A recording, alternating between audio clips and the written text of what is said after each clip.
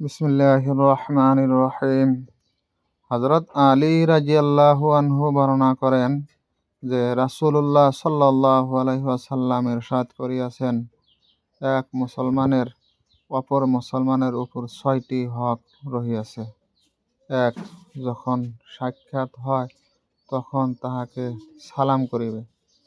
২. যখন দাওয়াত দেয় তখন তাহার দাওয়াত কবুল করিবে। ৩. তাহার হাসি আসিলে এবং আলহামদুলিল্লাহ বলে তখন উহার জবাবে ইয়ারহামুকাল্লাহ বলিবে। ৪. অসুস্থ হয় তখন তাহাকে দেখিতে যাইবে। ৫. যখন মৃত্যুবরণ করে তখন তাহার জানাজার সহিত যাইবে এবং তাহার জন্য উহাই পছন্দ করিবে যাহা নিজের জন্য পছন্দ করে। ইবনে মাজাহ। হাদিসটির উপর আমরা সবাই আমল করব ইনশাআল্লাহ।